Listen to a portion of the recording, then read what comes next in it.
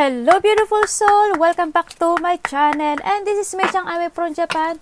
Kabayan Gemini, this reading is for you. Maraming salamat muna sa aking mga subscriber, new subscriber, cross-watcher, at sa mga bagong pasok dyan. Welcome na welcome kayo sa bahay ni Ate Aimee.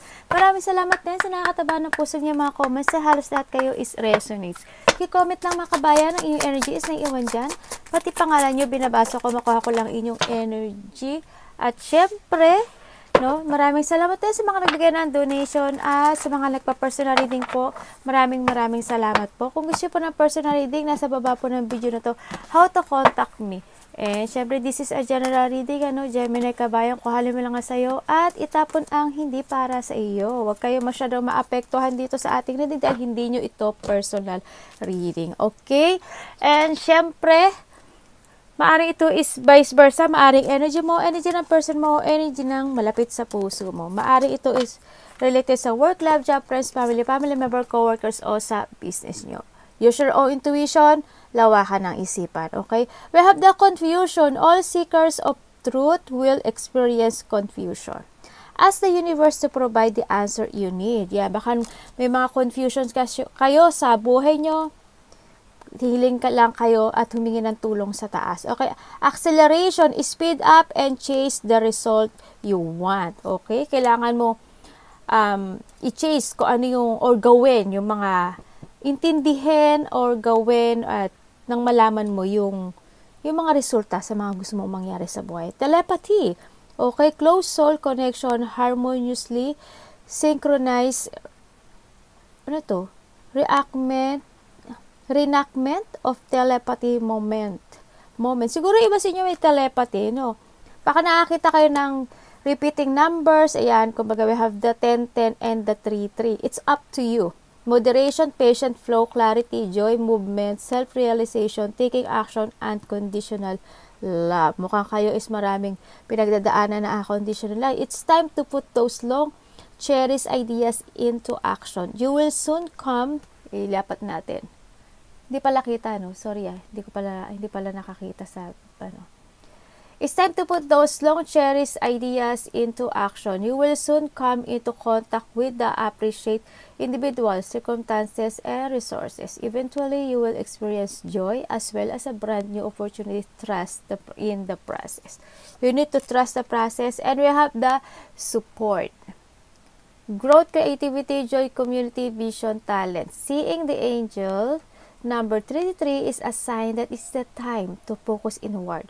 Work on your skill, discover your talent, and use your imagination. Unleash your inner artist. Doing so will boost your self-esteem and sense of competence. It does wonders for your sense of purpose and contributes to your community.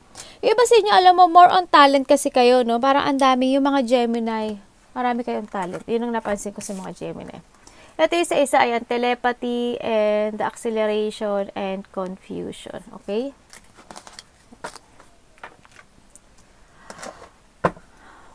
Okay. Nakakaramdam ka na ng pagod sa sarili mo o baka pagod ka sa trabaho mo, pagod ka sa relasyon mo, pagod ka sa sitwasyon mo na ngayon, no? Makakaramdam ka ng gano'n, no? O nakakaramdam ka na. Yung iba dito, yung mga mangyayaring biglaan ng paglayo, no? Or biglaan na kapaguran. Ang nakita ko, no? Biglaang meron kang, or biglaang pagbabago.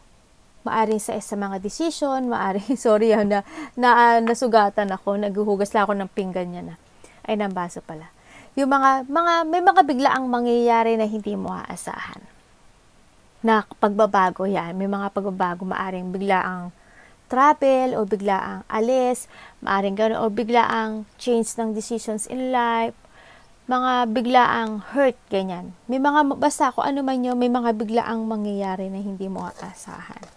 No?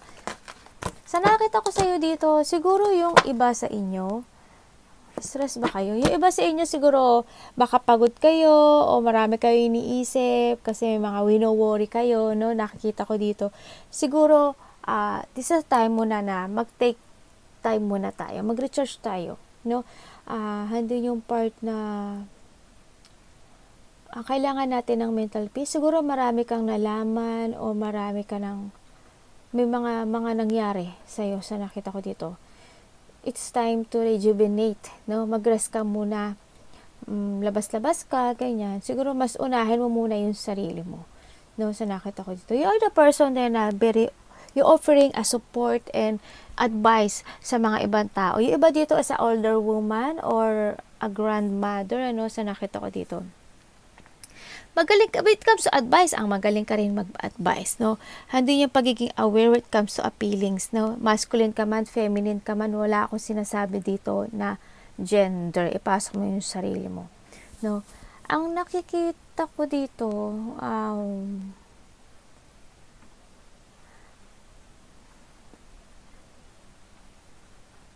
may mga tao na, or may tao, ako nakita dito na, nakikipag-usap sa iyo, maaring sa trabaho, maaring boyfriend, girlfriend, ganyan nakita ko dito, kamag-anak. Hindi yun sa part na, there's a person here, they keep feeling sa iyo, sa nakita ko ito. Hindi ko alam. Or maaring ikaw, kinikip mo yung feelings mo sa ibang tao, pero may nararamdaman ka. Maaring ano, pero titry pa rin natin dyan, no? Maraming tao ang nakipag-communicate sa iyo, no? Sa nakita ko dito.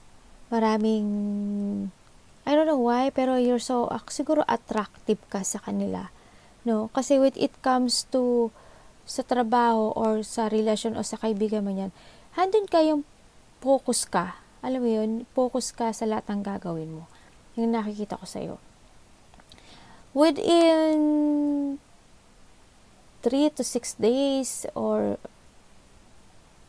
3 months man yan, may mga nakikita kong may dadaluhan ka or may pupuntahan kang isang ano ba to, community, mga ganyan, community, o kaya may magkikita ng mga close friend, ganyan nakita ko, or may gathering ka pupuntahan, o mga chill when it comes to your friends, na nakita ko dito. Yun, may mga magaganap na gano'n, makikita kita mga kamag-anak man yan, kaibigan, something ganun. Baka magchichill-chill na kayo, o baka may one of your malapit sa puso is baka may pregnant or may ikakasal. May mga gathering or happy gathering akong nakikita dito kasi, no. Sa ibang banda rin, yung iba siguro sa inyo, hindi nyo na, sinasabi kasi dito na kailangan nyo daw mag-ipon ng pera. You need to save money. So, huwag tayong bili ng hindi naman dapat. Kasi siguro, sinasabi dito, kasi more on fun ka kasi, no, Gemini, sa nakita ko dito. Siguro, this is the time din na muna magtipid tayo. Bili lang natin yung kailangan talaga. Kung meron naman tayo, why not? Huwag na natin munang bilhin. Kung nag-work pa naman, halimbawa sa cellphone o kaya sa damit, ay may okay pa naman, kanya. Well, pera nyo naman yan. Nasa sa inyo naman yan, no? Pero, sinasabi ko lang sa inyo kung ano yung nakikita ko, no? Yun ang nakita ko. And then more on happy with, sa iba, not all of you, pero more on happening ang nakikita ko sa inyo, no? Meron mga sitwasyon na darating ang araw or maaring nangyari na naaalis ka or magdi-distance ka sa sitwasyon na magaganap sa buhay mo kasi makakaramdam ka ng you are not happy. Na parang there's something missing sa buhay ko. Tingnan pa natin kung ano to, ha. Parang yung nakikita ko na parang may i-let go ka or may gusto kang i-let go pero hindi mo kayang i-let go. May mga ganong part ako nakikita. Pero ang nakikita ko, gusto mo na i-let go kasi hindi ka na masaya. Maaring iba sa inyo may kinat ka na sa buhay mo, no? O may inalis ka ng tao sa buhay mo. Yun nakita ko. But it comes to smart ka, matalino kang tao. So nakita ko dito. Okay, may mga biglaang, mag-ingat tayo, no? Kasi may mga biglaang mangyayari. Anong mangyayari? May mga, oh my God, kanina ko pa ito nakikita. May mga biglaang mangyayari na biglang may aalis. Maaring ikaw or another person. Maaring may mga biglaan ding mangyayari na may tao na malapit sa puso mo o na maaring lokohin ka. Maaring palain mo ba kayo ng alak? Siguro pala, iba sa inyo pala inom ng alak.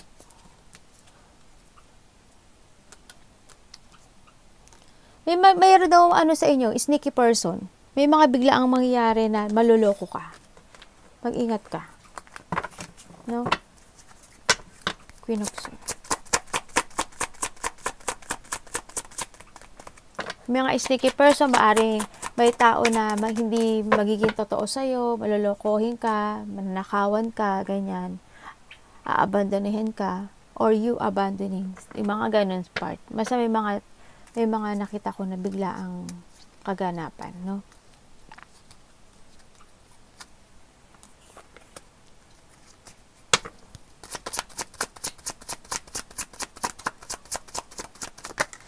Sa nakikita ko sa iyo dito, you are focusing now sa iyong the future. Nahanito na na sinasabi dito na rin, if hindi ka pa nakakapag-umpisa, you need to jump to your fashion. Sa nakita ko. Look to the future, mag-focus ka sa pera mo, sa trabaho mo, sa stability mo. Darating yung araw, alam mo, magkakaproblema ka ng malaki sa pera. Kaya, ngayon pa lang, mag-ipon ka na. Yun na nakita ko dito. May darating na problema when it comes to money. Tapos, parang nandun yung mahihirapan kang, ano ba to? Pumasok yung pera sa'yo. Ganun. Kaya, siguro sinasabi dito na mag-ano tayo sa pera.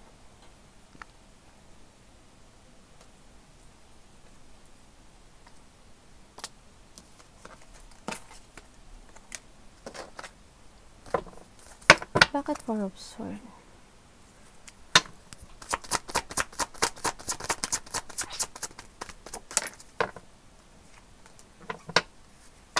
Bakit po?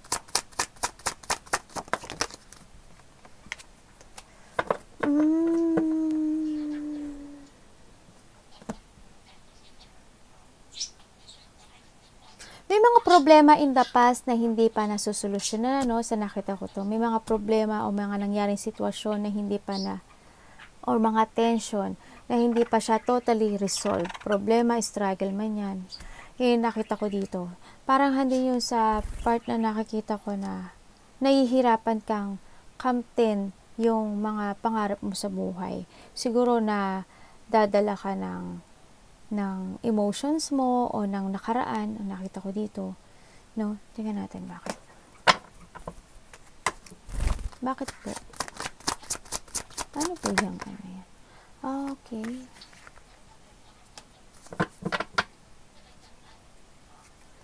Iba dito, nagkaroon kayo ng, ay, ano ba itong ano ko, card ko? Nagkaroon kayo ng, ano ba naman card ko to? Bali-baligtad, tingnan nyo naman, oh. Ako, mukhang masasaktan ka.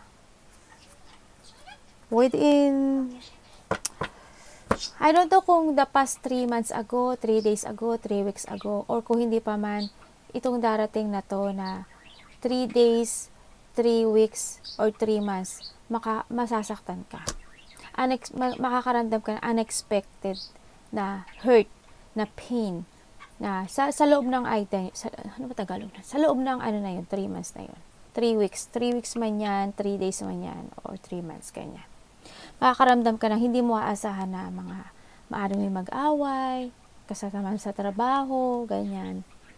Yan nakita ko dito. Or kaya in the past ago, in that na weeks na yan o days na yan, baka meron ka nakaaway o hindi nakasundong tao, ganyan. Yung nakita ko. Kamag-anak mo man yan, sa trabaho man yan, sa related man yan sa pera, yun na nakita ko. May mangyayari na depression when it comes sa'yo. No? Nakita ko naman yung pagiging hardworking mo. Yan. Ay, ano ba itong ano ko? Alam mo, ang gulo na talaga itong card ko. Nangyari? Ano nangyari sa'yo? Parang gulo-gulo ka ngayon. Dali lang kasi yung card ko parang yan. Ang may siguro yung iba dito siguro parang may pinapractice meron kayong pinapractice, parang may talent na something, may mga ambitions kayo. More on talent talaga kayo, nakikita ko dito. Ikaw rin yung tao na very perfectionist. Yung iba sa inyo, may mga dinedevelop kayo na skills, yan, may mga minamaster kayo sa nakita ko dito. And din yung when it comes to a trabaho o sa lahat, you are focused and commitment dito sa nakikita ko, no, sa'yo, no. Very hardworking. Nakatuto ka nga sa, oh, talaga? Bakit? Ano bang meron sa kanya? Naku, dumami ang lumabas.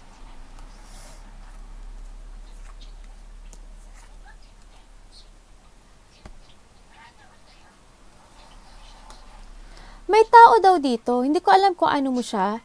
May tao daw dito. Hindi. God. Ibig sabihin siya yung nakita ko. May tao dito na parang they feel always sorry sa'yo or hindi man niya nasasabi sa'yo. Handun yung sa loob-loob niya, gusto niya mag-sorry sa'yo. O kaya baka pinaparamdam niya, sorry niya. Para sa ganoon, ang may iniiwasan siya. Maaring iniiwasan niya na bumuwag yung relasyon nyo. O may iniiwasan siya na something. Na parang takot siyang makasakit. Sa nakita ko ito. Takot siyang na magkagulo o mag-away. Yaan. Yung iba dito, is transformation na nangyari, no? Kasi itong tao na to, hindi yung parang they keep feelings dito. Sabi ko kasi hindi ko alam kung ikaw ito o siya o sino sa buhay mo. May tinatago meron siyang sitwasyon na na-corner siya or hindi siya makaalis sa sitwasyon na yun. Parang hindi siya sa part na hindi niya alam kasi there's a two situation eh. May dalawang sitwasyon siya na kinakaharap. Hindi niya alam kung alin doon ang pipiliin niya. Hindi niya alam kung magko-crossroad siya, kung pupunta siya sa left or sa right. Yun ang nakita ko sa kanya. As in, indecision siya ngayon. Parang they waiting to something dahil dito sa option na to. May gusto siyang planuhin pero I don't know kung nagpe-prepare siya or may dinidiscover pa siya kasi hindi niya alam. Nagkakaroon siya ng doubt para hindi niya alam kung magte-take action to or how to proceed to take it action or not, ganyan, or mag-i-stay ba siya, o mag-go siya, or magko-crossroad ba siya. Meron siyang, itong taon na to, meron siyang situation na ang hirap niyang desisyonan sa buhay. Kasi natatakot siya. Natatakot siya sa mga choices kasi alam niya na masasaktan siya at masasaktan ang lahat. Yun. Ang nakita ko, this is a torn between two. Ganyan, wini-wait option niya yung dalawa. Ganyan na nakita ko. I don't know kung sino tong tao sa'yo, pero they keep feelings talaga na ganun. Tinatago niya. May tinatago siya. Ayun to kung alam mo siya, kung alam mo yon or hindi mo alam. Yan nakita ko. Hindi siya makapag-desisyon sa dalawang meron siya ngayon. Maaring ikaw to, ayan. Handit pa rin sa tinatry niya na siguro may third party dito, no? Handito pa rin yung sa part na parang both of you collaboration, ganyan, partnership. Kasi hindi niya kayang pumili eh. Pinakikisamahan niya yung dalawa.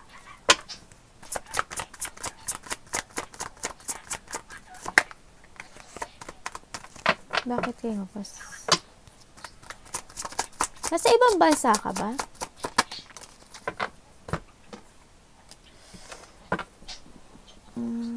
Okay.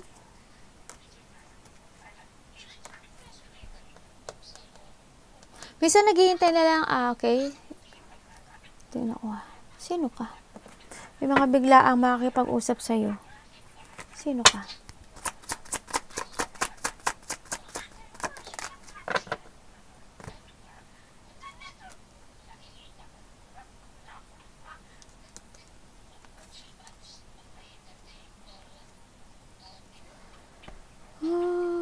Siguro may mga malalaman ka. May mga iba dito, may mga malalaman kayo na maaring katotohanan or maaring may makipag-usap sa inyo ng hindi nyo inaasahan. Yung mga hinihintay nyo na maaring nakakasama nyo na dati, siguro o kakilala nyo o hindi nyo siya kilala, maaring. Sa iba ganun Pasa biglang yung may hinihintay kayo na maaring biglang dumating in a weeks. This week, baka may hinihintay kayo, no? O baka may hinihintay kayong tao na makipag-usap sa inyo, o mga may hinihintay kayo na situation, baka this week dumating siya. In a week, weeks to weeks, ganyan. Baka 3 weeks, 1 week, basta week, hindi siya months ang nakita ko dito. Baka biglang may makapag-usap sa inyo, ganyan. O kaya maaring may biglang tao na biglang manglamig sa inyo. No, yun na nakikita ko.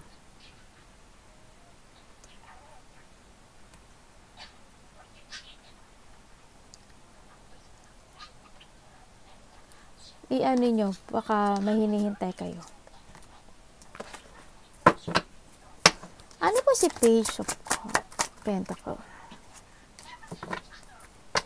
Bakit po?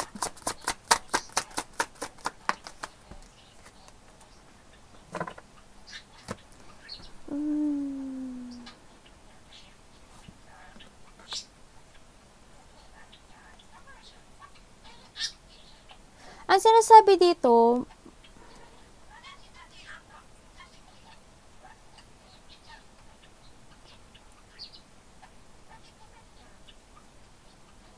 siguro may mag-o-offer sa'yo.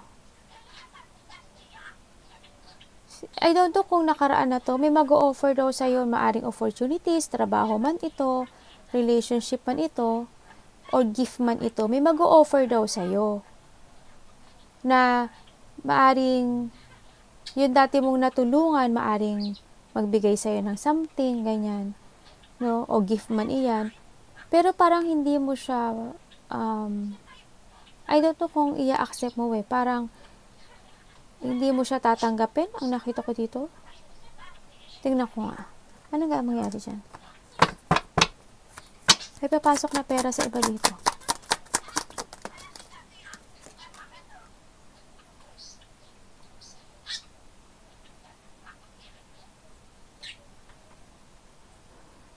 Bakit po?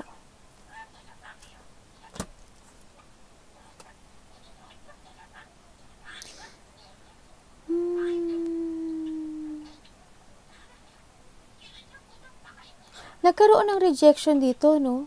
Sa inyo, no? Nagkaroon sa iba dito, nagkaroon ng rejection dahil sa parang there's a situation ako nakita dito, maaring relationship, maaring trabaho, negosyo, ganyan. Ipinokus mo yung sarili mo doon sa sitwasyon na yun. No? Binigay mo lahat, inintindi mo lahat.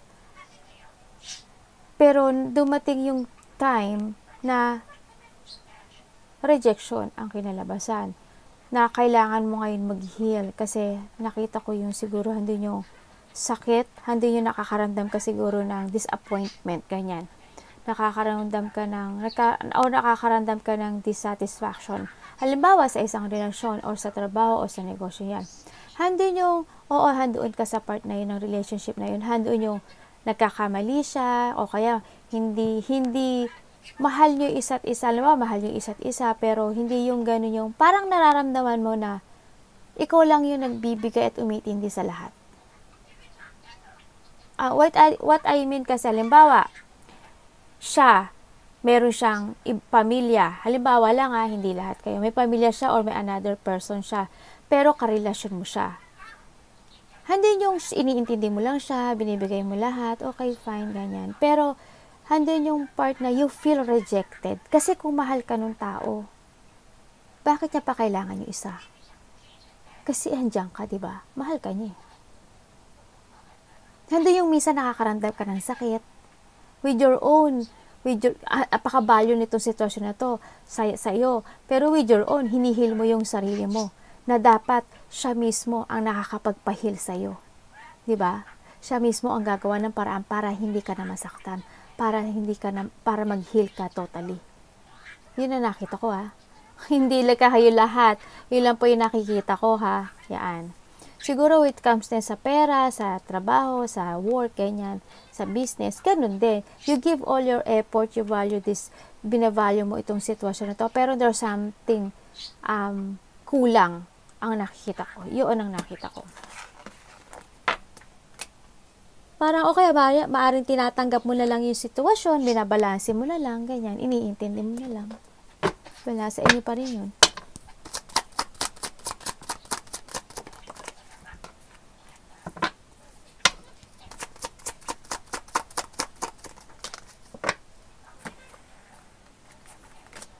May nakikita ako dito na, I don't know kung karelasyon mo to. There's a past memories, maaring a friend, maaring boyfriend, girlfriend, maaring kamag-anak, o malapit sa puso mo na naaalala mo na medyo lumayo siya sa'yo.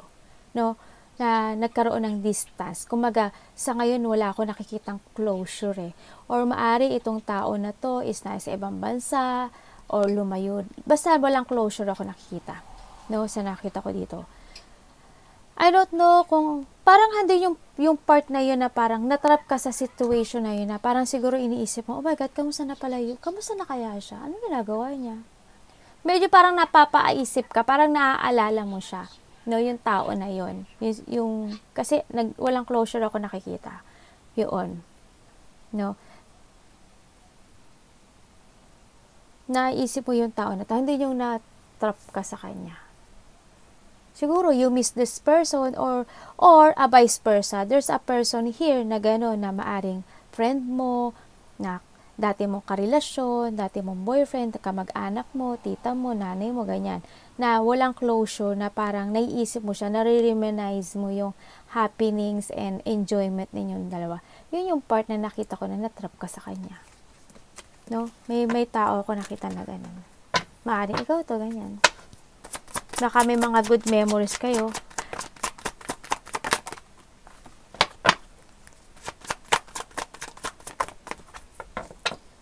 Uy, my goodnesses. Bakit lumabas yan? Nagkaroon ba ng separation sa inyo? May mga nag-i-spy sa inyo, ha?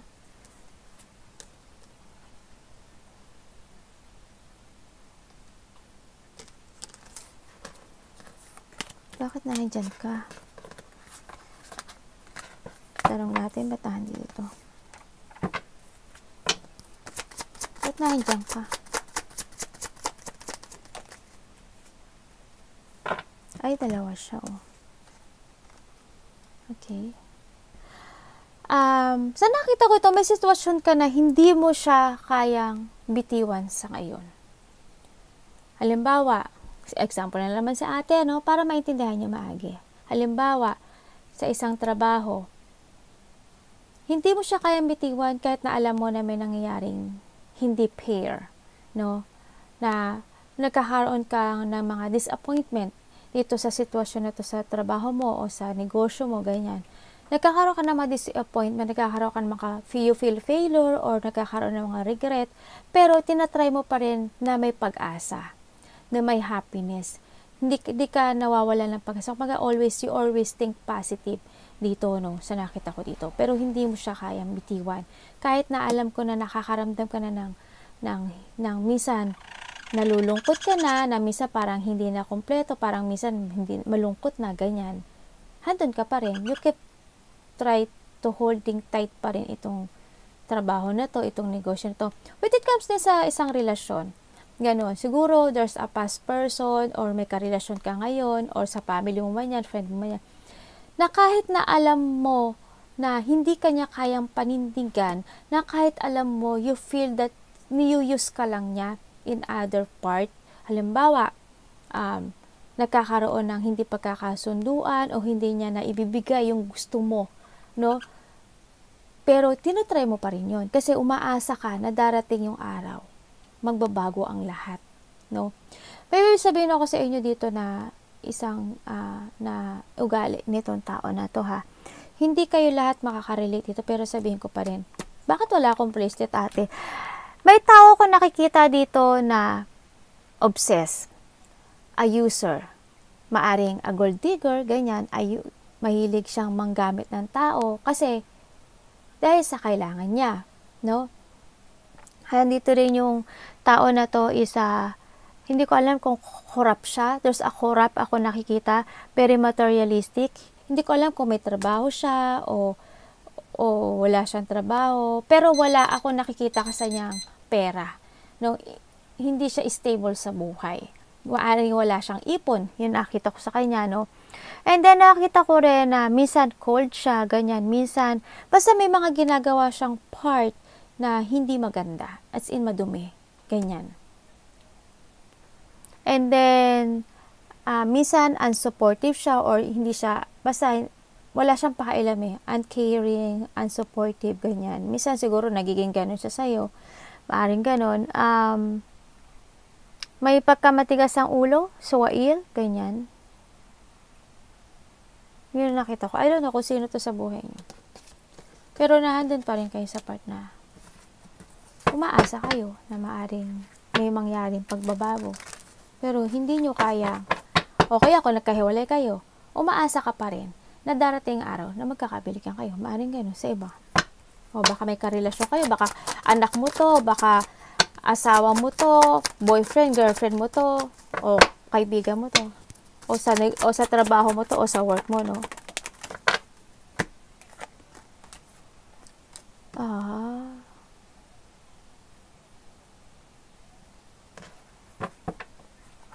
Bakit?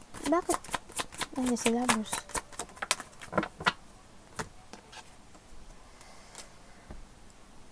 May mga sitwasyon talaga na parang hindi ka na, yun na nga, lumabas na naman, na hindi ka na masaya pero you want to recover this situation.